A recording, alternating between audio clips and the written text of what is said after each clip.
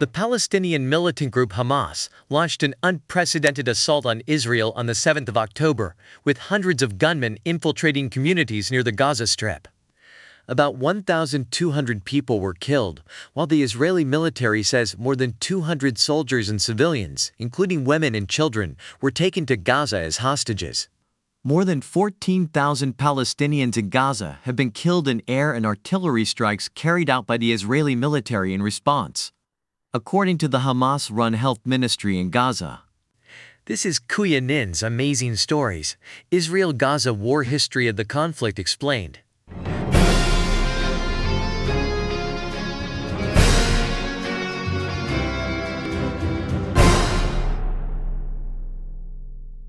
What was Israel before 1948? Britain took control of the area known as Palestine following the defeat of the Ottoman Empire, which ruled that part of the Middle East in World War I.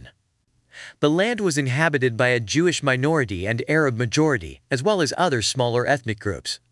Tensions between the two peoples grew when the international community gave the UK the task of establishing a national home in Palestine for Jewish people. This stemmed from the Balfour Declaration of 1917, a pledge made by then Foreign Secretary Arthur Balfour to Britain's Jewish community. The declaration was enshrined in the British Mandate over Palestine and endorsed by the newly created League of Nations, forerunner of the United Nations, in 1922. To Jews, Palestine was their ancestral home, but Palestinian Arabs also claimed the land and opposed the move. Between the 1920s and 1940s, the number of Jews arriving there grew, with many fleeing from persecution in Europe, especially the Nazi Holocaust in World War II. Violence between Jews and Arabs and against British rule also increased. In 1947, the UN voted for Palestine to be split into separate Jewish and Arab states, with Jerusalem becoming an international city. That plan was accepted by Jewish leaders but rejected by the Arab side and never implemented. How and why was Israel created? In 1948, unable to solve the problem, Britain withdrew and Jewish leaders declared the creation of the State of Israel. It was intended to be a safe haven for Jews fleeing persecution, as well as a national homeland for Jews.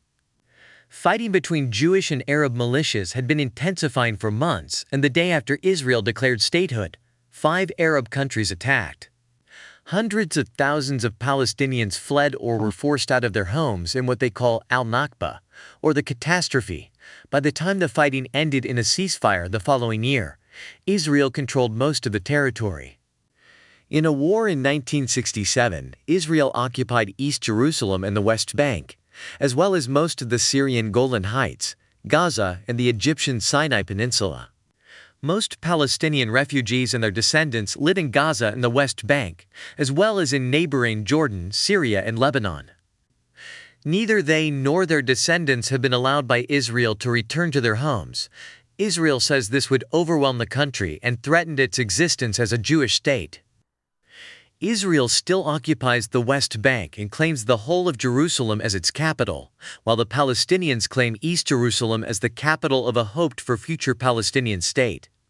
The U.S. is one of only a handful of countries to recognize the city as Israel's capital. In the past 50 years, Israel has built settlements in the West Bank and East Jerusalem, where more than 700,000 Jews now live. Settlements are held to be illegal under international law. That is the position of the UN Security Council and the UK government, among others, although Israel rejects this. What is the Gaza Strip? Gaza is a narrow strip of land sandwiched between Israel and the Mediterranean Sea, but with a short southern border with Egypt. Just 41 kilometers, 25 miles, long and 10 kilometers wide, it has more than 2 million inhabitants and is one of the most densely populated places on Earth.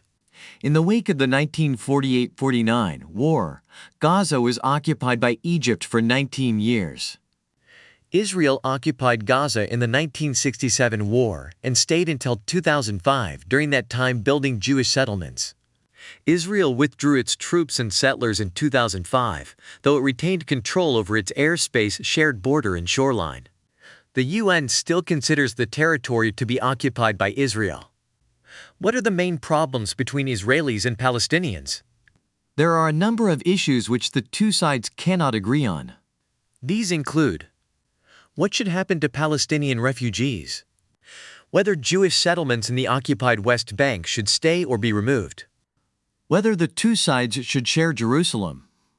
And, perhaps most tricky of all, whether a Palestinian state should be created alongside Israel? What efforts have been made to resolve these problems? Israel-Palestinian peace talks were held on and off between the 1990s and 2010s, interspersed with outbreaks of violence. A negotiated peace did seem possible in the early days. A series of secret talks in Norway became the Oslo peace process, forever symbolized by a ceremony on the White House lawn in 1993, presided over by President Bill Clinton. In a historic moment, the Palestinians recognized the State of Israel and Israel recognized its historical enemy, the Palestine Liberation Organization, PLO, as the sole representative of the Palestinian people. A self-governing Palestinian Authority was set up. Cracks soon appeared, though, with then-opposition leader Benjamin Netanyahu calling Oslo a mortal threat to Israel. The Israelis accelerated their project to settle Jews in the occupied Palestinian territories. The recently emerged Palestinian militant group Hamas sent suicide bombers to kill people in Israel and wreck the chances of a deal.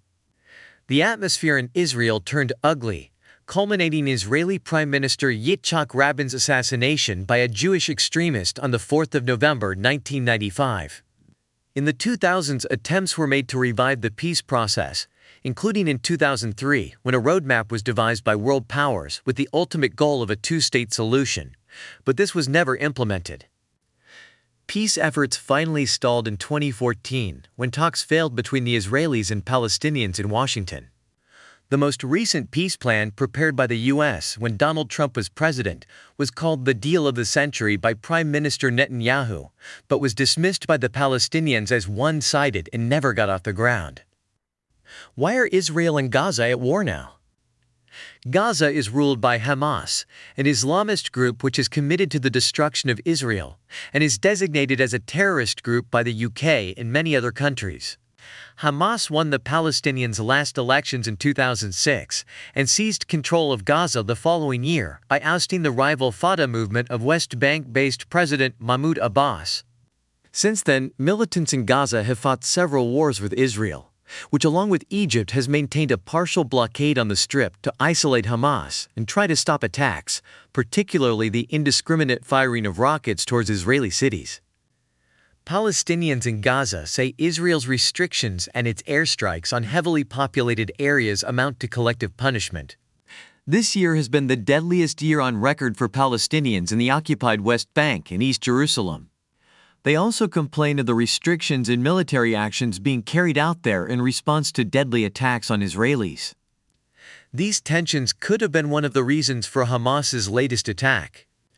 But the militants may also have been seeking to boost their popularity among ordinary Palestinians, including by using hostages to pressure Israel to free some of the estimated 4,500 Palestinians held in its prisons. Who supports Israel in the current conflict and who does not?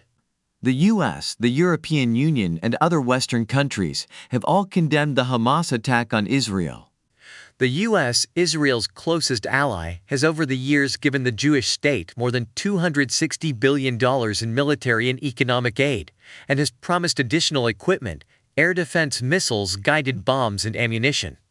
It has also sent 2 aircraft carrier strike groups to the eastern Mediterranean to deter Israel's enemies, particularly Lebanon's Hezbollah movement, from opening a second front in the war. Russia and China have both refused to condemn Hamas and say they are maintaining contact with both sides in the conflict. Russian President Vladimir Putin has blamed U.S. policy for the absence of peace in the Middle East. Iran, Israel's arch-enemy, is a key supporter of Hamas, as well as Hezbollah, whose militants have been exchanging fire with Israeli forces almost daily since Hamas's attack.